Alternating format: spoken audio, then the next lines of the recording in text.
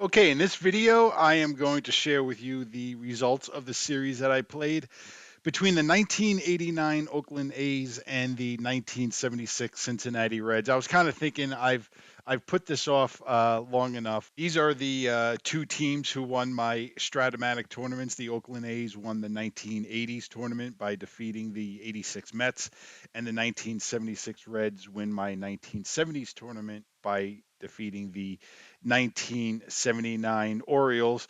So basically, I'm pretty much starting this series from scratch. Both teams have a rested pitching staff. Let's get right into these results. In game number one, we have Dave Stewart going for the 89 A's and Don Gullett for the 1976 Reds. And you could see in a game which was just an absolutely terrific pitching performance by both Stewart and Gullett. The only run is scored on a Johnny Bench solo home run in the bottom half of the seventh inning, and that home run was a little bit of a killer because that was a ballpark effect home run on Dave Stewart's card. It was Sarmiento getting the win for the 76 Reds as he goes two scoreless innings, and Eastwick closes it out with a scoreless ninth inning. You could see the 89 A's, their best scoring opportunity was actually in the top half of the eighth inning, right after the 76 Reds had taken the lead in the bottom half of the seventh inning. You can see that they loaded the bases with two out, but Mark McGuire made the last out of the inning with the bases loaded. So 76 Reds take game number one by a score of 1-0. We move on to game number two now, where we have Mike Moore going for the 89 A's and Pat Zachary for the 1976 Reds. And you're going to see behind what was a huge performance out of Jose Canseco in the game as he goes 4 for 5 with two home runs and 8 RBIs. The 89 A's are able to win this one going away by a final score of 10-1. So really not much to really break down in this game. Just total domination by the 89 A's as they rack up 10 runs on 13 hits. So we go back to Oakland with the series tied one game apiece. And in game number three, we have Gary Nolan going up against Bob Welch. And you're going to see in game number three here, the 1976 Reds take this one by a score of 4-2, as you had a two-run home run by Johnny Bench in the top of the third, and then the Reds got two more runs in the top half of the fifth inning. And after falling behind 4-0, the 89 A's were able to get themselves back in it. You had a McGuire home run in the bottom half of the seventh inning, and then in the bottom half of the eighth inning, you could see after a Ricky Henderson RBI single to make the score 4-2, the 89 A's had runners on first and third with one out with Carney Lansford and Jose Canseco coming up. But give credit to Raleigh Eastwick as he was able to retire Lansford, Canseco, and then retire the side in order in the bottom half of the ninth inning. So the 1976 Reds are able to get game number three, and they now lead the series 2-1. So with the A's down 2-1 in the series, I have no other choice but to bring Dave Stewart back on 3 days rest, and he's going to be going up against Fred Norman for the 1976 Cincinnati Reds. And you could see for the second time in this series, the Oakland A's were able to win this one pretty much going away. It was a close game going into the bottom half of the seventh inning as it was 5-3. 89 A's were able to pull away a little bit, win it by a score of 8-3. Another big game out of Jose Canseco as he hits another home run and drives in three and scores two in the game. Stewart was able to get through 6 and a third innings. He allowed 13 base runners in those 6+ innings, but nonetheless, he was able to get the ball off to the bullpen. And this is one aspect of the 89 A's that actually makes them a very viable option of a team to beat the 1976 Reds, because you could see a really nice performance out of the A's pen as they're able to go 2 and 2/3 innings to shut the 76 Reds down. So through 4 games, we have a tied series at 2. Now moving on to game number 5, we have Don Gullett on the mound for the 76 Reds. He's pitching on regular rest, of course, and Mike Moore comes back on 3 days rest for the 1989 Oakland A's. And You're going to see for the second time in this series, the 1976 Reds are able to win a game 1-0. And this is what makes the 76 Reds such a formidable team in Stratomatic, because not only do they have an all time classic lineup, but they have enough pitching. They have enough starting pitching, and they have a very good bullpen to where they could win games like this very easily. And you see that right here, as this is, like I said, the second time in this series that they won a game 1-0, as you get 6 1/3 shutout innings by Don Gullett, and Sarmiento and Eastwick are able to combine for 2 2/3 scoreless innings. It was really too bad.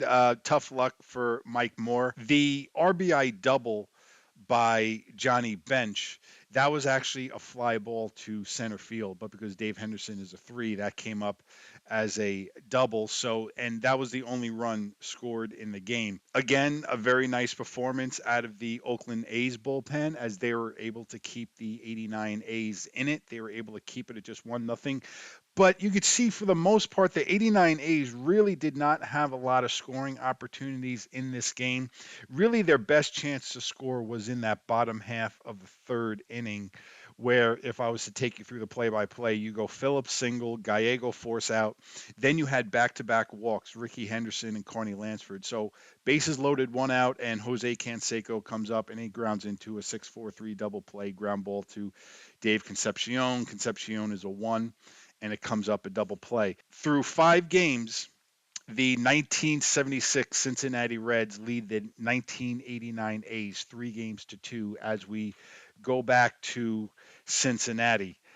Now, in game number 6, the 1989 A's are going to have Bob Welch on the mound going on 3 days rest, and Pat Zachary pitching on full rest for the 1976 Cincinnati Reds. Now, this game is going to take a little while to break down because there were a lot of moves made that feel free to second guess me, and I will go through all of them. The 89 A's win this one by a score of 8-2. But before you think it's a blowout, now let me show you the sheet for game number 6. 89 A's win this one 8-2 in 12 innings. Now, this is what I wanted to take you through. Let me zoom in on the 76 Reds part of the scorecard with the innings circled up top. You're going to see that in the bottom half of the 4th inning, with the score tied 2-2 and 2 men on and 2 out, the DD at the bottom of the scorecard here, pinch hitting for Pat Zachary, that was Dan Dreesen. The reason why I did that was because I was thinking, okay, I got a 2-2 game here in the bottom half of the 4th inning, and I'm coming off of a day off, so I've got a fully rested bullpen for the 1976 Reds, and I would really like to do everything I can to take advantage of this scoring opportunity. And then from there, hand the game off, obviously, to the bullpen. I just didn't want to leave Pat Zachary in the game to hit, and then turn around and maybe take Zachary out after another inning or something like that. So I decided to make the aggressive move. It didn't work out. Dan Dreesen makes out. Now, the score would obviously remain 2-2 for a little while, as the Oakland A's did not win the game until the 12th inning. But the next move that I wanted to take you through was in the bottom half of the 11th inning, and I have it circled in red. With 2 out and nobody on, I made the decision to pinch hit Plummer for the pitcher Eastwick. Now, Eastwick was in the game hitting 8th because that was part of a double switch. So I have Armbrister in the game batting 9th and playing the outfield, as it was Geronimo who was double switched out of the game. And the reason why I made that move was because I'd already used Bourbon 2 innings, Sarmiento 3 innings, and I'd already used Eastwick for 2 innings.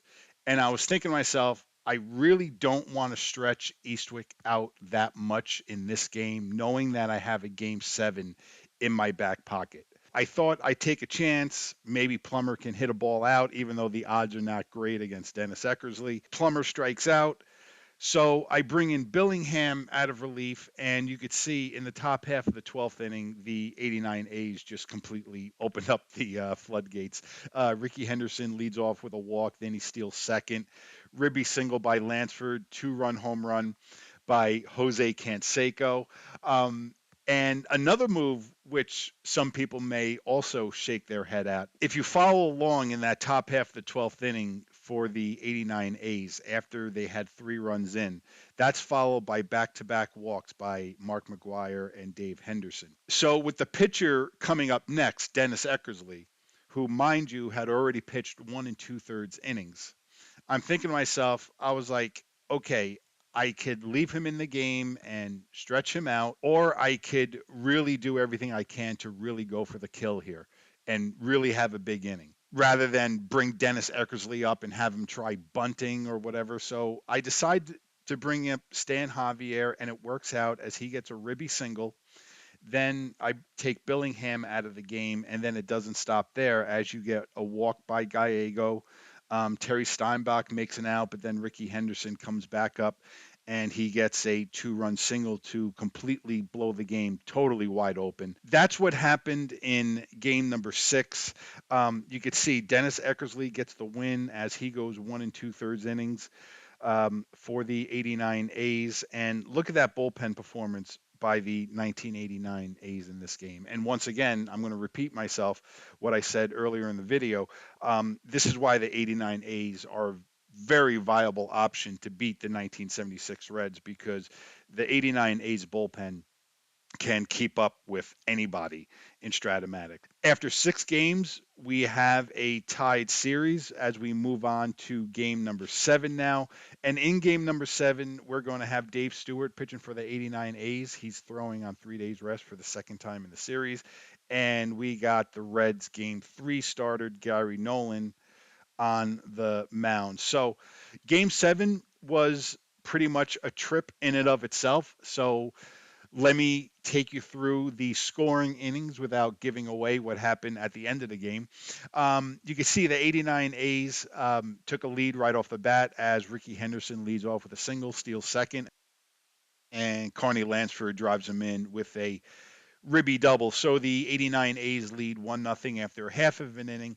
In the bottom half of the first, 76 Reds come right back. Joe Morgan hits a 2-run home run, and then Johnny Bench drives in Ken Griffey with a ribby sac fly, that following a Ken Griffey triple. So the 76 Reds lead 3-1 after one.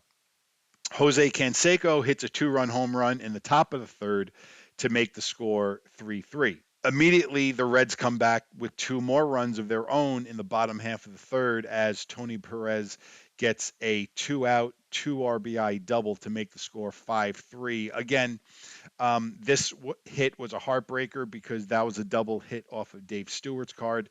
So the 76 Reds lead 5-3 after 3 innings. Now, the 76 Reds were able to add a run in the bottom half of the 5th inning thanks to a pass ball.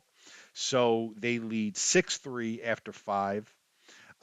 89 A's were able to claw back. They make it 6-4 in the top half of the 6th inning as Carney Lansford draws a 2-out bases loaded walk. Through 5.5 innings, the 1976 Reds lead the 1989 A's 6-4. And I'll admit right here, I did get caught a little bit with my pants down because I did take a chance by bringing Sarmiento into the game when I did without double switching, uh, because the pitcher was due up fourth in the next inning.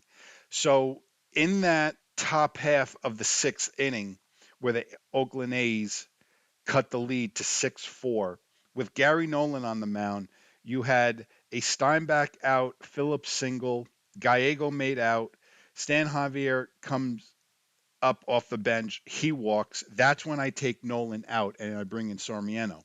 Then you get back-to-back walks by Ricky Henderson and Carney Lansford. Again, Carney Lansford's walk drove in a run, and then Sarmiento is able to get Canseco out. And then I had to take Sarmiento out of the game in the bottom half of the 6th inning because you had a 2-out Geronimo triple, and I decided to pinch hit Dan Dreesen to try to get that run in. So what the 1989 A's do is they take out Gene Nelson and bring in Rick Honeycutt. So Bob Bailey pinch hits for Dan Dreesen, and Honeycutt gets Bailey out. So in the top half of the seventh inning, I have Bourbon on the mound for the 76 Reds. And sure enough, the 1989 A's come back with 2 runs as you have a RBI groundout by Terry Steinbach. And then Mike Gallego comes through with a big 2-out ribby single to tie the game at 6.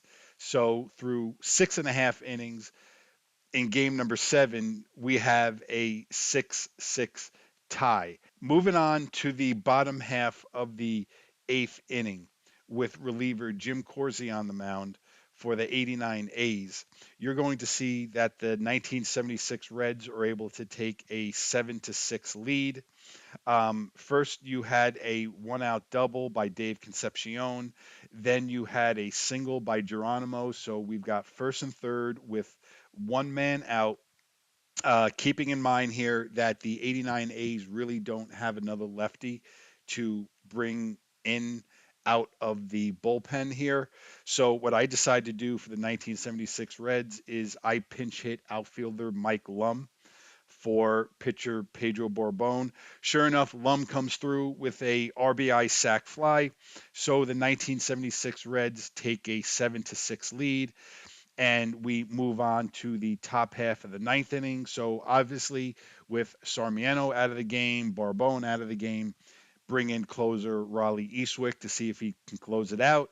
And you're going to see in the top half of the 9th inning, Dave Henderson, Terry Steinbach both strike out, and Tony Phillips makes the last out of the game. So the 1976 Reds defeat the 1989 A's in what was an absolutely terrific series. I had a lot of fun playing this series, and I was so glad to see that the series went the full 7. Even though when you look at the total runs scored in the series, I understand that that could be a little bit deceiving. A lot of that obviously was driven by the Game 2 Oakland win of 10-1. You also factor in that the 1976 Reds won 2 games in this series by a score of 1-0. And again, that's part of what makes the 1976 Reds such a classic Stratomatic team, is that they could very easily win a game like a game 7, 7-6, or they could win 1-0. Just an absolutely terrific team. And the 1989 A's also showed in this series why they are an all-time classic Stratomatic team as well. Let me highlight a couple of players who really had terrific performances in this series. First, I'm going to highlight Pete Rose for you. You're going to see Pete Rose goes 11 for 26 in the series with 5 walks and 4 runs scored. In games 6 and 7 alone, he went 6 for 8 with 2 walks and 3 runs scored. So, I mean, he was just always on base in the last 2 games of this series. So, really great performance out of him. And also, I'm sure you caught on looking at the play-by-play for the games. Jose Canseco had a huge series as well, as he goes 12 for 30 in the series with 5 home runs and 15 RBIs. Really just an absolutely terrific series. And again, I'm just really glad that this series lived up to my expectations going into the series. I think you really saw the true colors of both teams come out in this series. And again, this series could have very easily been won by the Oakland A's in 5 games. If they had just gotten a couple of hits in games 1 and 5, they very could have easily won the series. And if I take a look at the 2-1-0 games that the A's lost, game number 1, you look at that play-by-play, did everything I could to try to generate a run there. Ken Phelps, Dave Parker, both pinch hit. Couldn't get a run across in that game. And then you look at the game 5 game. Obviously, Parker was in the starting lineup, and Ken Phelps came off the bench. I really didn't have much luck with Phelps coming off the bench for the 89 A's, and it was too bad too because Ken Phelps has a really nice card from 1989. A lot of power and good on base chances. But I do like going back and looking at the games to kind of say to myself, okay, did I make any mistakes along the way? If anyone saw my video when I played the 90 Reds and the 95 Indians, I was very critical of myself of how I managed the 90 Reds in that series. But for the most part, there really wasn't anything that could have been done that I didn't give a try for the 1989 A's. Again, the bullpen for the 89 A's is absolutely lights out, and that is what really kept them in all of these games. I think the starting pitching was kind of up and down in the series. Stewart was not that great in game 4 and game 7. He got hit around a little bit, but this was just overall just a absolutely terrific series between two classic Stratomatic teams. 1976 Cincinnati Reds, 1989 Oakland A's. Cincinnati Reds win in 7 games. So, once again, I thank you all for watching. It is greatly appreciated, and I will talk to you all down the road.